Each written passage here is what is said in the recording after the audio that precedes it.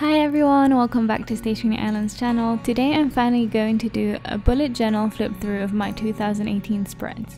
I started bullet journaling this year and it really has helped me organize my life in days, weeks and months, and I'm so happy that as I flip through my journal I can really see a big difference, not just in the style and how I lay out my spreads, but also in how I use and how often I actually use my journal. So in 2018 I just created a very simple cover and then I wrote out the entire 2018 calendar by hand, which I remember was quite a pain. Then I have my New Year's resolutions page for 2018 and just a little quote to start off my January spreads. This is my very first Bujo monthly cover and then I didn't really do anything for January after that. No weekly spreads or anything, so I just carried on to February. The style of the cover that I've used in the past is very particular and I've really changed the way I lay out things now, and it's just really interesting to see how much I've progressed since.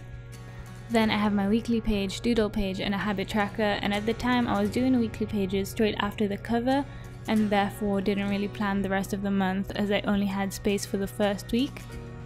But it's all changed now as I discovered my format.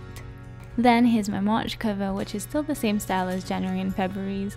Then I have my weekly pages, and on the side of each box I did a water tracker to help me drink more water. I find it really interesting to see how I used to set up my bullet journal spreads. I wasn't really following a certain format. I didn't even have a monthly log because I just had the small calendar on my cover. It's nice to see that I have a system now that I really like and works well for me. For April, I decided to switch up the cover layout, but I still had the same components, and then I had my weekly log, a page for self-care ideas, and my mood tracker. In May, I decided to go for a bee theme, which I actually quite like and might even reuse next year, and here I just have my weekly log and a productivity tracker to help me focus on my tasks each day. Here's my June cover, which still follows the same format I had when I first started, but then I decided to do a monthly log, a quote page, and a bucket list, and still no regular weekly spreads. Then in July I decided to do a summer theme with my Stationery Island summer brush pens, and I really liked how bright the colors turned out. Then I have my monthly log and an adventure tracker and highlights page, since it was summer and I had to track all my new adventures. Then the rest of the notebook are just little spreads for the term times and work stuff, so I then switched to a new notebook in August. For August I did a palm theme and I finally dropped the calendar and keys that I used to do on the front page and just did a less complicated layout, and I think this is where I also started to use my bullet journal better. I had my monthly log and 1 line a day pages, and I even had a sleep log and a social media tracker. This is where I just got a proper format that I started to use. Then I just did a quick little quote and a little setup for the first week of August.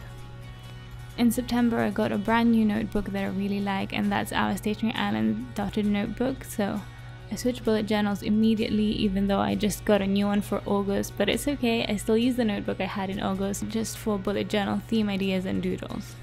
So for September I did a mushroom theme which I really liked, and because I discovered a format that worked for me, I just kept that. So I have my monthly log and a calendar layout, a goals page, a mood tracker, a budget tracker, a project tracker, and a meal planner, a sleep log, a quotes page, and a pick-me-up page, and finally a weekly page.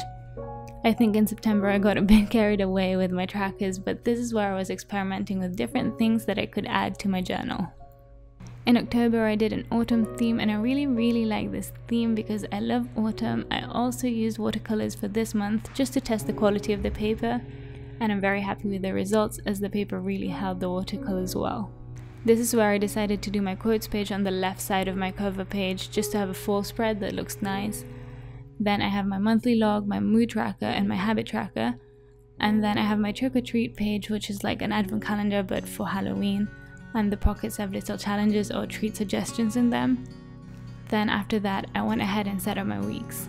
In November I did a tea theme, and following the last cover spread format I did a little quote page next to the cover. Then I have my monthly log, and I've obviously stayed loyal to the calendar format. Then I have my mood tracker, which is a cupboard full of teacups, and I didn't really get to fill in the last few cups because I've been busy and forgot to catch up with my trackers. Then I have my habit trackers, and same story, I didn't really get to fill in the rest. Then I had a self-care page and a page with pockets for my favorite teas, I also had a monthly highlights and a brain dump so I could do more doodles than my weeklies. And finally, my December setup, which I really like because it's Christmas themed. Here I just have a monthly log, my mood tracker and a habit tracker, and then an advent calendar. I have a second advent calendar that you will see later on, and I will explain a bit more about it later, but this one was really fun to do. I also have a gift list and a wish list for Christmas, and then I have a December highlights. Then finally my weeklies. I also did more Christmassy pages just to get myself more excited for Christmas, so I have a countdown page, an affirmations page, and then my give back advent calendar, which is filled with little activities that I could do to give back to others. I think I actually prefer this give back advent calendar to my regular advent calendar just because I treat myself daily anyway, but this give back calendar really helps me to do more for the people around me. I then did another gift list and a budget tracker that I really didn't use, and something more fun, which is a Christmas film page, and next to that is a page for my favorite holiday recipes. Then I have my online order tracker and another Christmas wish list, but this time it's divided in categories so it's more useful for me. Then I have a page for 2018 reflections and 2019 goals. And finally, here's a quick preview of my 2019 and January setup. If you want to see how I set this up, I created a video last week on it and I will link it down below if you want to check that out. I hope you enjoyed this little flip through as much as I did. I found it so nice to see how I progressed each month, and now I feel like I'm starting to develop a style that I really like. I really enjoy videos like this, so if you created a bullet journal flip through, please share it in the comments down below for everyone else to check out. I'm really interested to see how everyone else improved over time. If you like this video, please give it a thumbs up and give us some love in the comments down below, and don't forget to subscribe if you haven't already.